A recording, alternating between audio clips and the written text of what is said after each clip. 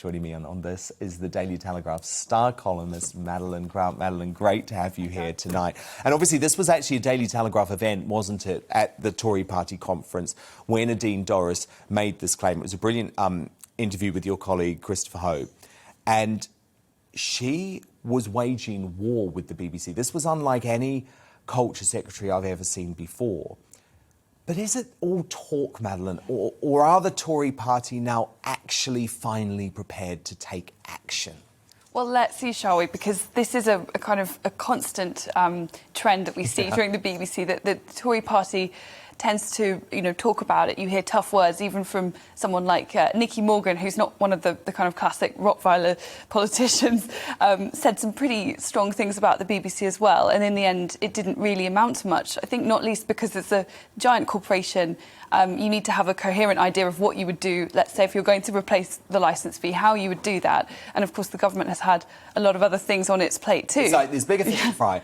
But Nadine Dorries, in the past, has made the very interesting point, which I think is completely correct, that one of the other reasons that ministers don't take action once they're in power is because they are too scared of the influence that the BBC wields in its news department. So if you as a minister go after the BBC are going to come after you and they're going to attack you. And we know now that BBC News is not impartial because their own former director generals have admitted as much.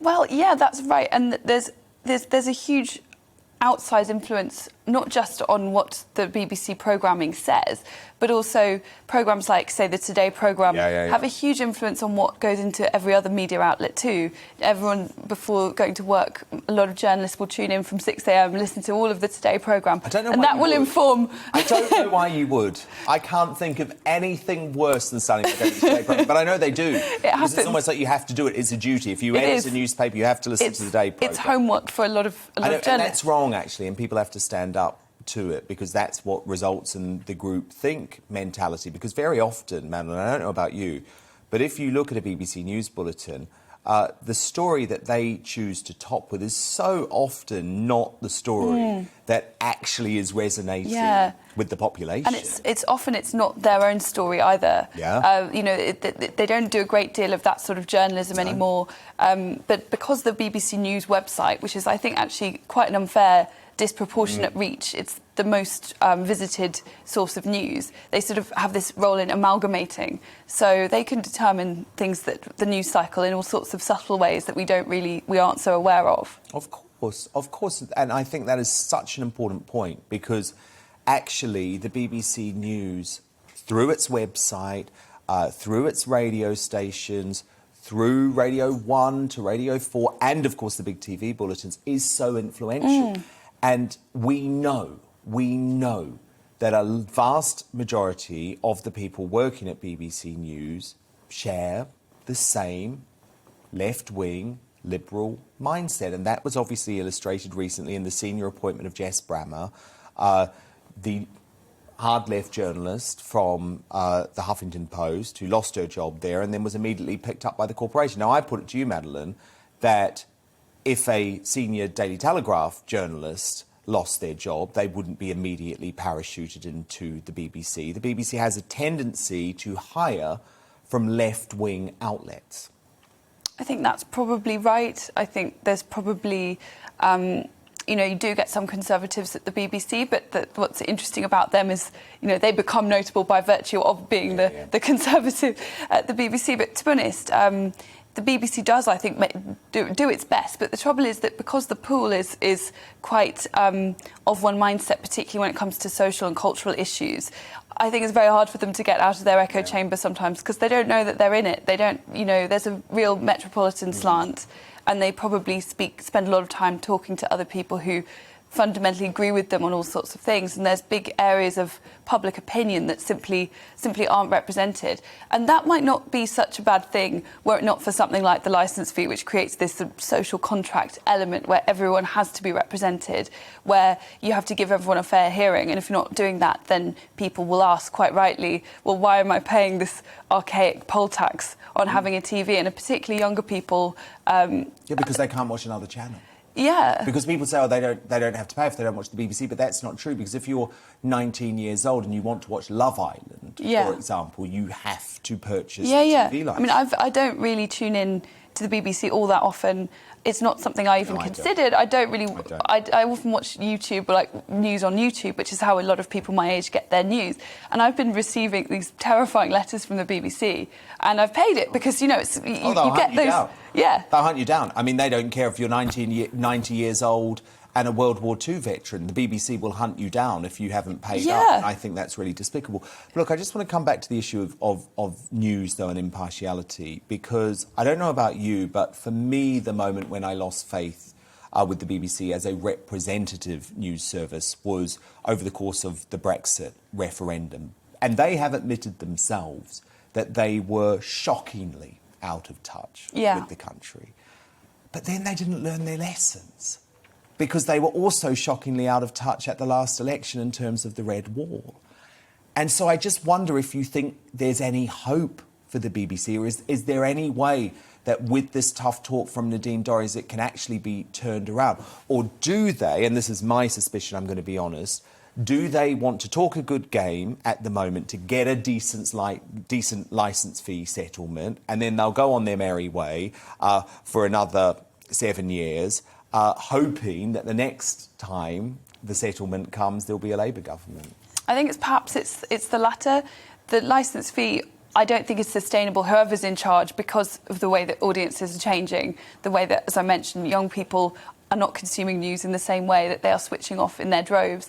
And actually the BBC, in the process of trying to attract more younger viewers, it often ends up creating programming that is deeply alienating to their loyal viewers, who tend to watch TV in the way that was watched maybe, you know, when I was growing up 20 years ago, we always used to watch like clockwork certain things. We would always watch ITV News at 10, or whatever it was. Yeah. But younger people aren't watching it in that way, and I actually think that is the BBC was, on the whole, impartial then as well. You know, I mean, there was certainly probably more bias than you'd get at most newspapers, but something's changed over the past few years. There's one rise of one thing that really, actually, I find really disconcerting, and I don't like to see it, and I see it increasingly on the BBC, is the rise of these kind of, from the BBC, it's fine if someone on GBNews wants to do it, because it doesn't have the social contract of the licence fee, but you have supposedly impartial presenters giving these monologues. Emily Maitlis has a tendency to do it on Newsnight.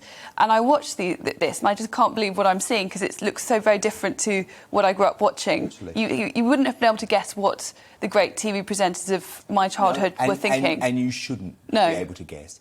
And obviously, I completely agree. I mean, I would never work for the BBC and don't think the BBC should ever hire me, because I cannot be an impartial journalist, and I'm not trying to be. But that's why I think it's so despicable that they will hire someone like Jess Brammer, who's exactly like me, but from a left-wing perspective, you know. But look, I want to bring up my superstar panel in. Tonight, it is the Conservative commentator Calvin Robertson, the former editor of the Daily Star, Dawn Neeson, and Becca Hudson from GBNews. And Calvin Robertson, I actually want to kick off with you on this, because you come from a fascinating position, obviously, as a defund the BBC campaigner. So you potentially, Calvin, on this, to the far right on the issue of the BBC.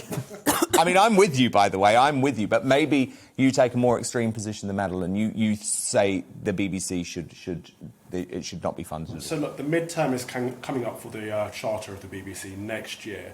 They have an 11-year charter, and we get to review it halfway through.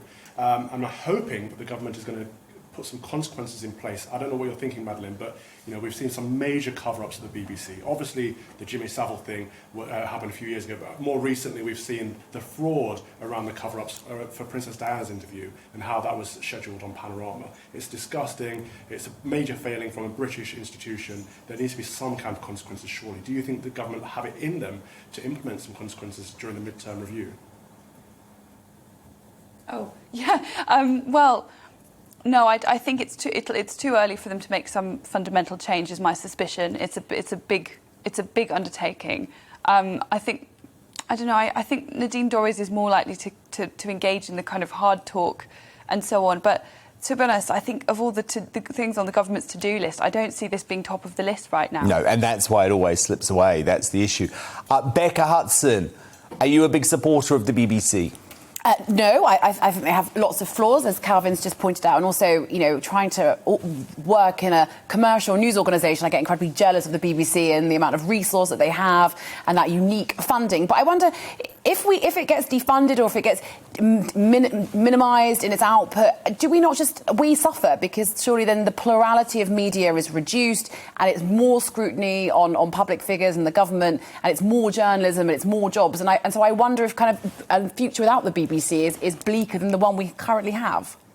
Well, I think one thing I would say to that is that we don't really know what the counterfactual looks like, because for a long time the BBC has expanded in areas that are already well served by the market, and it's gone into areas that I'm not really sure where the obvious public service benefit was. It's gone into things like podcasts, but it's also expanded heavily in local news, and that has often had the effect of killing the competition. So where there was once more of a plurality, it's now only served by the BBC. So I guess that you sort of have to judge it against the counterfactual as well. And you also, I suppose that there's also somewhat of a contradiction in that I do often encounter people who love a lot of what the BBC does, fair enough, quite rightly in many cases, but they also seem to think that if it were operating under a subscription model, that it wouldn't be able to attract widespread support. So which is it? You know, if it's good, people pay for it. We've seen how people pay for have confidence in the product, right? Good, yeah. People will fork out for multiple subscriptions. Yeah, exactly. The BBC should have confidence that they can go to a subscription model, and if their content is good enough, people will pay for it, and folk like me won't be forced to, and it's a win-win. Dawn Neeson. I agree with Madeline. I would like to see the BBC go back to how it was like when I was younger, the programmes I used to enjoy watching with your family. And Madeline's right, you did used to automatically turn to the BBC because it was something you trusted. It was there, it was cosy, it was part of, you know, being British. And I'd love to see them going back to that. But at the moment, Madeline, they seem to be concentrating on, you know, ticking all the woke boxes, being diverse, and not actually supplying any entertaining programme. Well, I think what's fascinating is they're diverse when it comes to issue of gender and when it comes to issues of race and sexuality and disability and all of that. But, Madeline, I would argue that they're not diverse when it comes to thought and when it comes to class. Yeah, Dan, I would really... The class thing's important because what they seem to do to the working classes is patronise them. Yeah. Do you agree, Madeline? Well, I think that, as I said before, they're in a bubble often and they don't realise it. They don't spend enough time perhaps outside of that bubble, and I don't think that they do a good enough job of recruiting people of different mindsets and different viewpoints. You know, you go to the BBC, you meet wonderful, polite, well-informed and very capable people, but there is often a shared general liberal metropolitan belief. And I think that because they just assume that everyone thinks like this, it often means that there are quite widely held opinions that just don't get a hearing in the mainstream media at all. Not necessarily through any deliberate malice, but because it hasn't occurred to them to think these things, if you see what I mean. Yeah, no, I completely get it. Fascinating discussion, Madeline Grant, Star Daily Telegraph columnist. Thank you so much for being here tonight.